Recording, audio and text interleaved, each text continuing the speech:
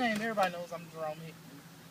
And the idea that I think, well, I watched the news, world news, like last week, and I watched Martin Luther King's daughters speaking about her father.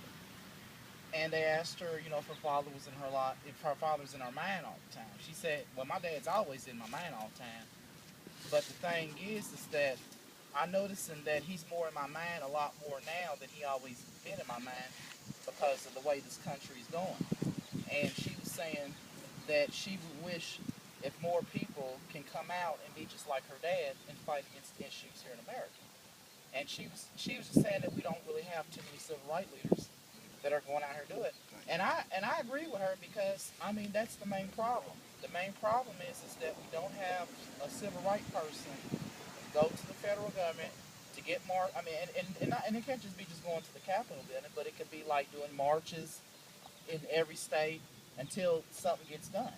I mean, that's how it happened when Martin Luther King got something done. Everybody marched in the South, and we kept doing it until police got satisfied to where the law finally decided to listen to us. And this thing about the voting rights, saying somebody you got to have an ID, I'm kind of against that, all the way because I feel like as a taxpayer in America, even if I have a convicted felon, or even if I don't have a felony, or it don't matter if I have a record or not.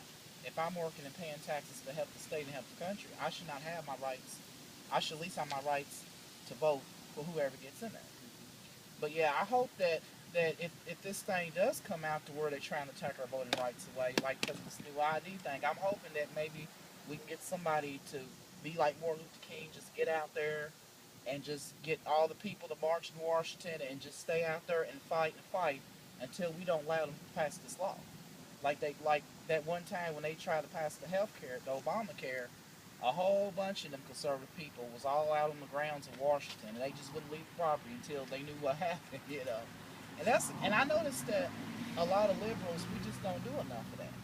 I notice a lot of black people. I mean, I ain't trying to talk about black people, but yeah, a lot of the black people we don't. It's like we don't come hard the way the Tea Party people come hard. Them Tea Party people come so hard that when I watched it on TV, it scared me. I said, these are some real dangerous people. Well, that's the way we need to get. So that's all I have to say.